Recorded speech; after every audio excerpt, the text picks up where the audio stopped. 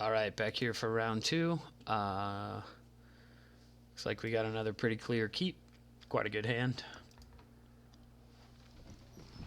You got an early defensive creature. We have a prism. We have an early aggressive creature.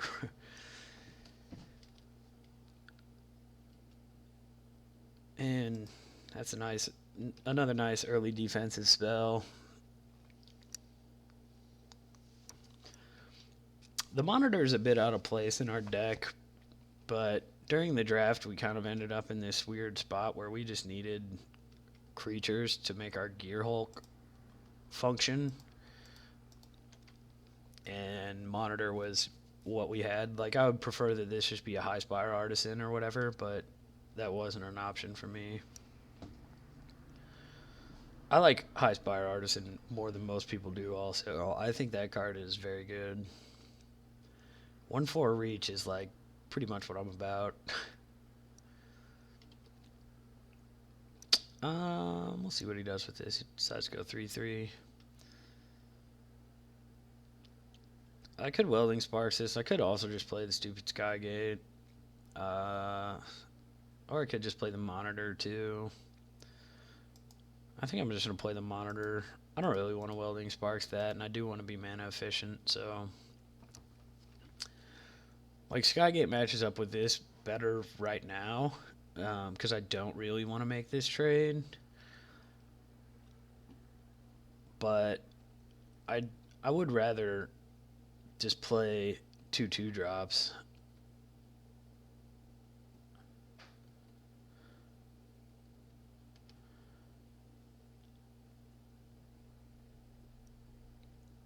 I guess he doesn't want to make this trade either. Another Welding Sparks. I think I can let him get a little bit of energy. I think that's still fine. I mean, I can't really let him get a 6/6, but up to the point where he's going to be getting a 6/6, I'm not really too worried about the Architect.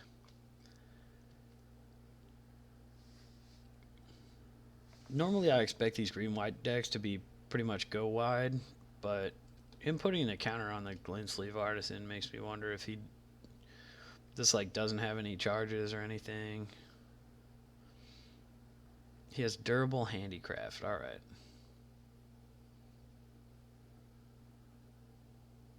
And he has High Spire Artisan. Durable Handicraft is... It could be good against our deck. We have a lot of removal. And this card in general is good against removal, but it's not good if they just kill all of your stuff.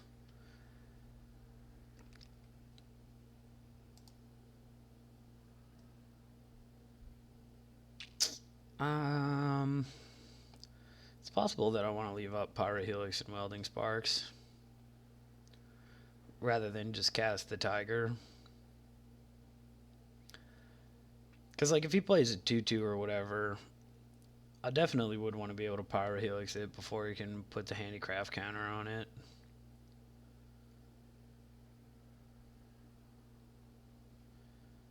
I think it's just too bad not to play the Tiger this turn. And next turn I might be able to blow him out in combat with Welding Sparks.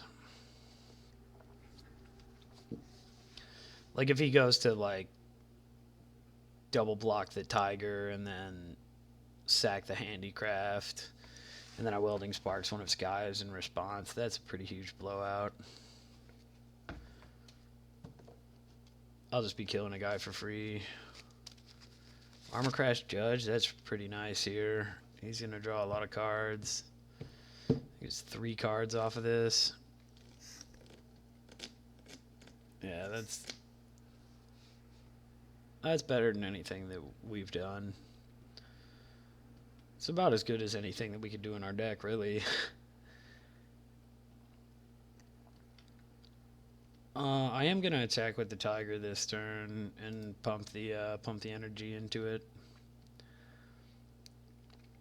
Blowing him out here is one of the better ways that we can win this game. So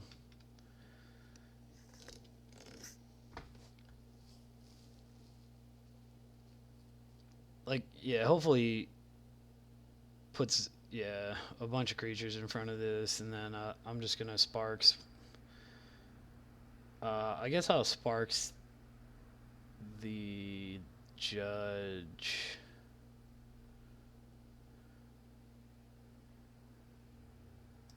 Yeah, I guess I'll Sparks the Judge.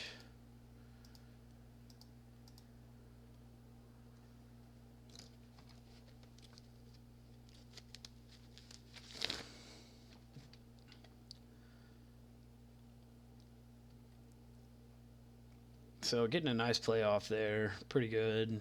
Um, I'm not gonna cast my other Welding Sparks now. Don't really see any reason to revoke anything now. I mean, we're still pretty far behind, but that does help us catch up a little bit.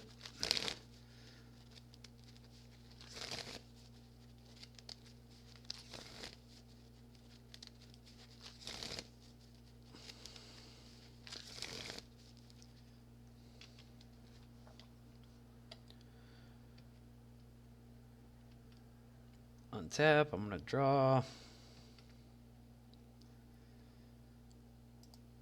Play my lands. So it looks like he wants to sack the Handicraft this turn. Or possibly he has some instant speed tricks and removal and stuff. I also have quite a bit of that stuff going on as well. I'm going to have a hard time pressuring his life total too much here. There's not really another way that we can get any kind of like really good solid blowout.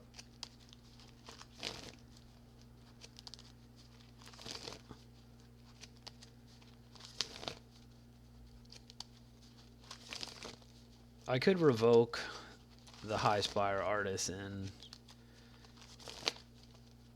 and then give the Monitor Menace and then attack him, and then if he bombs the Handicrafts, I can Sparks the Artisan in response, and he'll take 7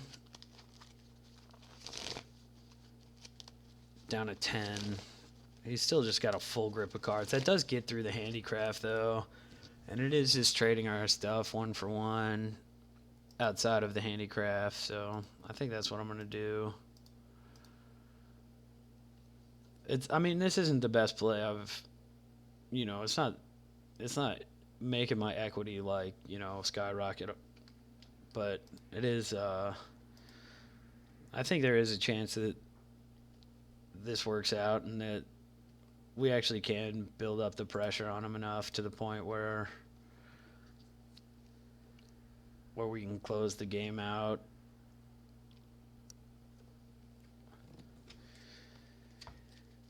And we are going to need him to sack the Handicraft at some point.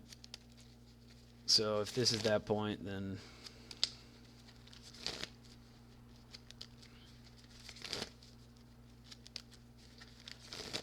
yep, fine with this. And it looks like exactly, oh, he's got impeccable timing, so that's fine too. And I'm just gonna Sparks this guy now. I think I would have rather picked up the Handicraft, but yeah, the combat trick doesn't save his guy, and it does look like he has that combat trick. Looks like he's got Built to Last in his hand, but Built to Last wasn't good enough there, so because I have 3 artifacts, it was taking 6.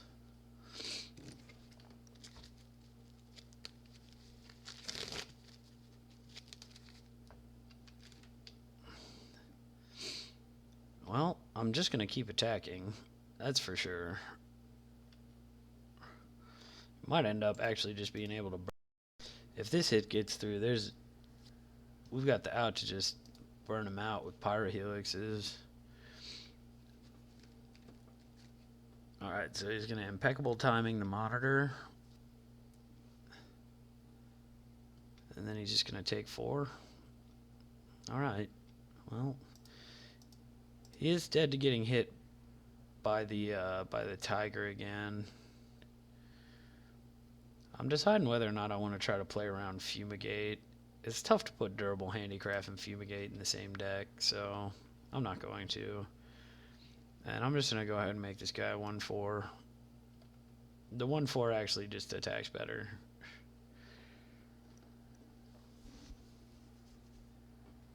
And he is dead to getting hit by the tiger. Because we have the Pyrohelix. And my guess is he's don't have any life gain spells or whatever. And he just pecked him up. This is a really stupid thing to do also. Don't ever show your opponent your hand. It just doesn't... It's just a really dumb thing to do. Showing your opponent your hand, like, in this situation... Like, and this is the situation where it's most acceptable, is you just have a bunch of lands. And exactly, I thought that there was a good chance that he had Built to Last in his hand. It turns out he had impeccable timing.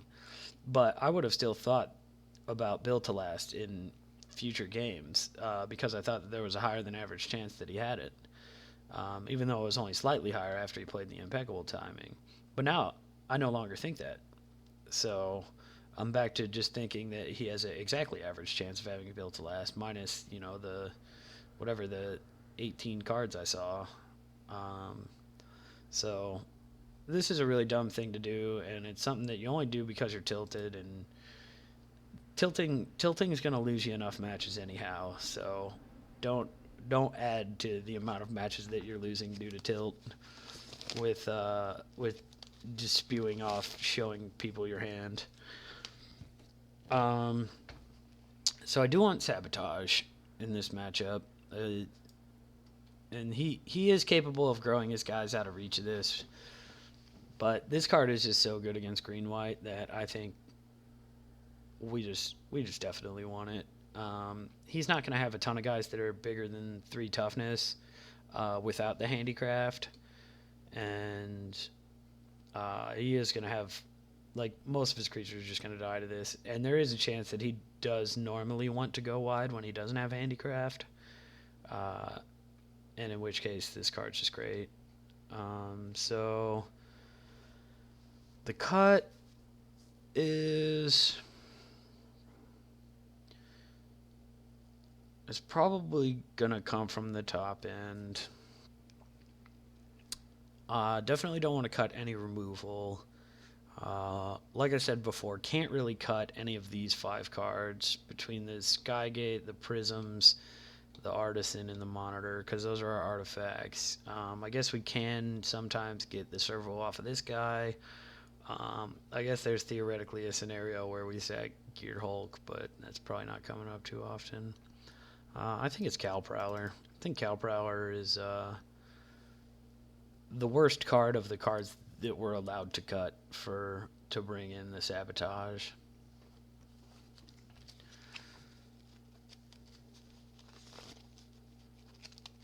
Yep, this is a good hand. This is a good hand. It's kind of hand where we really can't blow him out with Sabotage. Obviously, we need to find a second red, but can't worry about that. Skygate will buy us time against 3/3. And Prism is pretty awesome too. I'm going to play this Skygate on turn 2. Oh, he's mana screwed. Or no, he was just taking his sweet time. Alright. Cogworker's Puzzle Knot. Alright, well the fact that he has Cogworker's Puzzle Knot makes me pretty happy that I put this Incendiary Sabotage into my deck. Because that means that he has to be going at least a little wide, or he was just like incredibly strapped for playables. And Skygate's nice here because it lives through the Sabotage. And we drew the Prism, so we can actually do that. Actually sack the Prism to the Sabotage That's no problem. Like I said before, I'm not going to worry about this until he's making a 6/6. If he gets close to making a 6/6, I'll obviously try to kill it and start worrying about it. Play the Prism before playing my land, just to conceal my hand a little bit. That Cub's nice. Probably won't play the Cub until after I play the Sabotage, unless I find some energy somewhere. I don't really think I have any, though. I don't think I have a ton of just spare energy floating around. I'm trying to think. Yeah, I don't think I really do. I mean, I have a Harness Lightning, but I'm not really going to be firing that off to just pump my Cub. I'm going to block the Architect. If he wants impeccable timing my Skygate, I'm totally cool with that. And it looks like he does. So, yep, totally cool with that.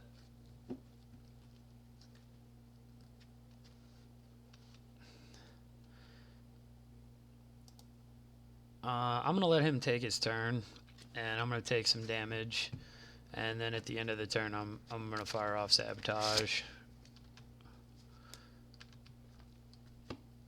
Maybe not. If he doesn't add to the board really in any kind of meaningful way, I might not. But or if he plays like a Tiger or something. If he plays a Tiger, I'll just Welding Sparks the Tiger. If he plays Ballista Charger, yeah, I'm probably just gonna Sabotage. Now, it makes the Sparks a lot harder to. I'm glad he did this pre-combat. Just saves me some damage. It is going to be harder to Sparks the Charger, but I could also just put an 8/8 into play, so I'm just going to cast this Sabotage.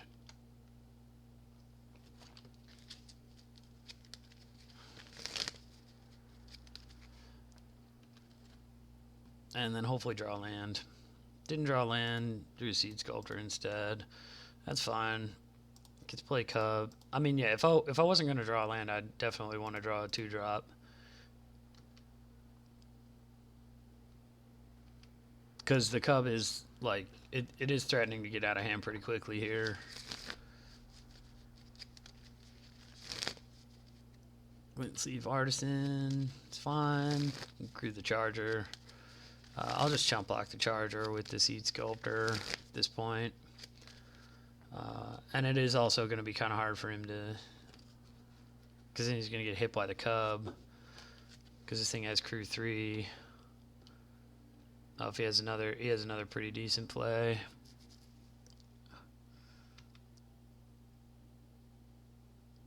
I guess he decided to bring the clean sleeve back.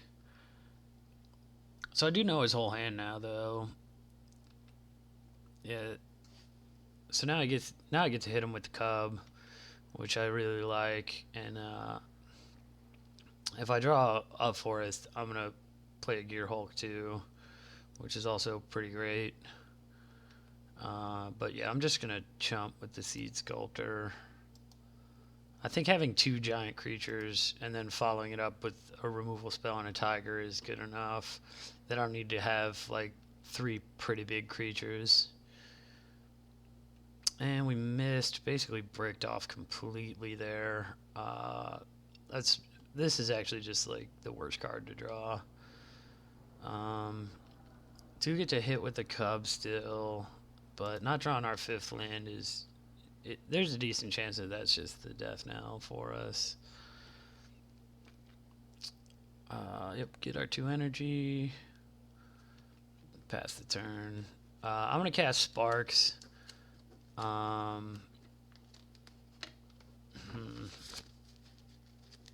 guess I'd rather kill the Artisan. He also might make the Artisan a 3/3. He's shown a tendency to do that. So, I mean, I'm getting hit by the Charger either way. So I guess he chose to do it this way, which I'm fine with. I'm going to take 7 here down to 11.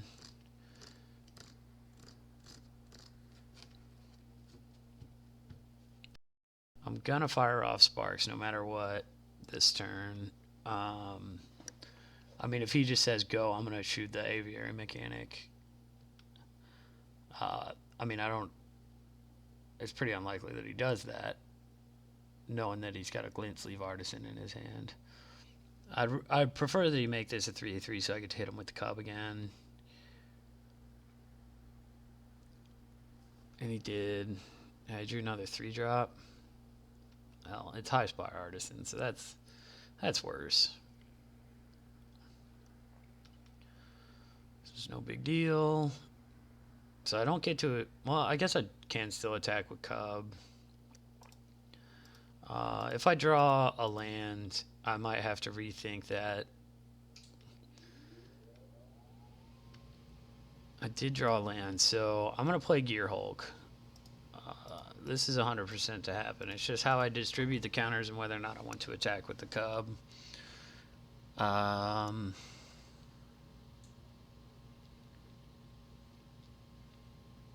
think I'm actually just going to make the Gear Hulk into an 8/8. Because that way it just breaks the charger.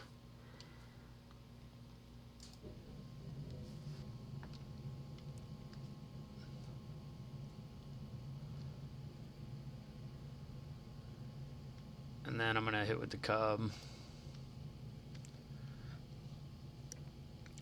I mean, obviously, this play is a little more vulnerable to removal than had I put counters on the cub instead. But I don't think I'm beating removal in this game anyhow. And I mean, of course, I'm dead to any kind of pump spell or anything like that, but being pretty far behind, I think this is just the right call. So you did draw something. It's Judge. Alright. That doesn't really do a ton.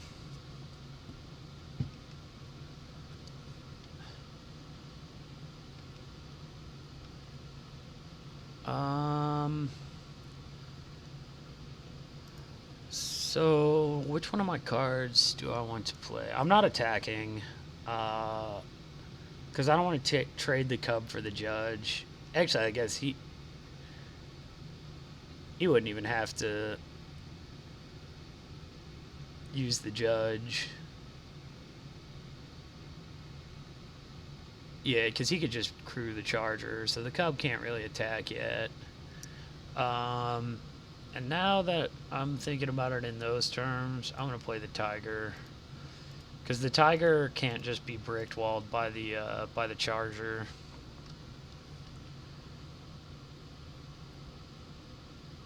And I do have the option of offering the trade of charger and mechanic for Gear Hulk. But then he can attack with the charger, and I can double block. That seems fine.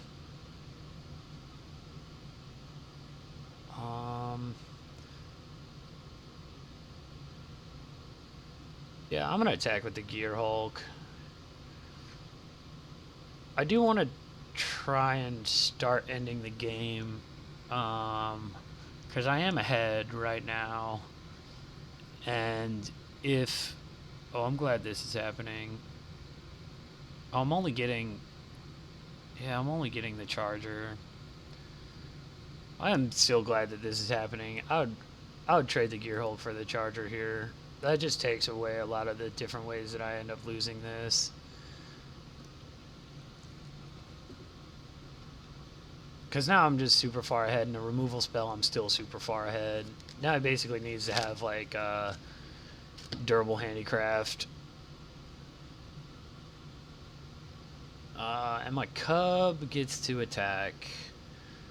And I don't really want to attack with the Tiger and the cub. I basically can attack with the Tiger or the cub. Because if I attack with the Tiger and the cub, he just puts the Judge and the mechanic in front of the Tiger. If I don't pump. And if I do pump, he puts the Judge and the mechanic in front of the cub. And either way, I'm trading whichever one of my creatures for the Judge. And both of my creatures are better than the Judge. So I'm going to attack with just the cub. And if he wants to double block, I'll trade with both, but I don't want to trade with just one. I'll trade two energy and the cub for the judge and the mechanic. I'm totally cool with that. There's also a reasonable chance he just chumps with the servo. He does decide to go for the judge and the mechanic. So I'm just going to pump my cub. He's got no cards, so I'm not going to worry about the order. Just pump the cub. Hit a nice 2-for-1 here. And then we got another 5-drop to follow up. So we're looking to be in pretty good shape in this game.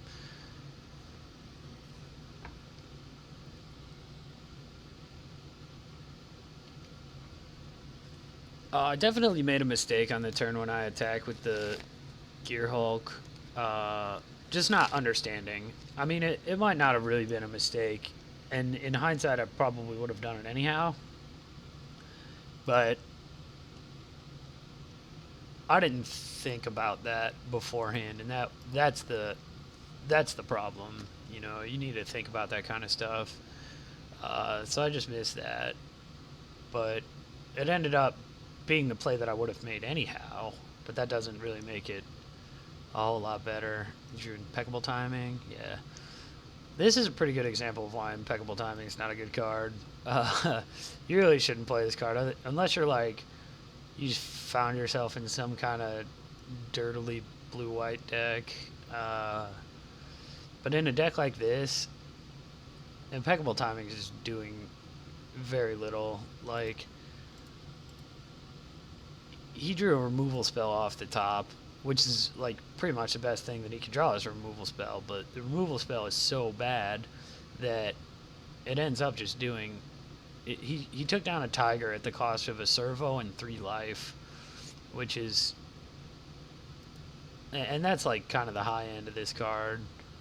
The low end is that you're attacking them, and if you're attacking them, it's just so bad. Yeah, I'm really not a fan of impeccable timing. And yeah, imagine if he just has impeccable timing here. And we know that he does have multiples in his deck. I mean, the most likely thing is that he drew a land and he's just like bluffing or whatever, but... Oh, he's probably tilted again, yeah. You're gonna reveal your hand again? Show me how bad it is, yeah. Yeah, this is just clearly our opponent is on tilt. He's drew 2 lands in a row. Little does he know that I drew whatever, like 4 lands in the last 5 turns. So just got ahead. All right, well, no reason to worry about that. We're at 2-0, gonna play round 3, and we'll be back then.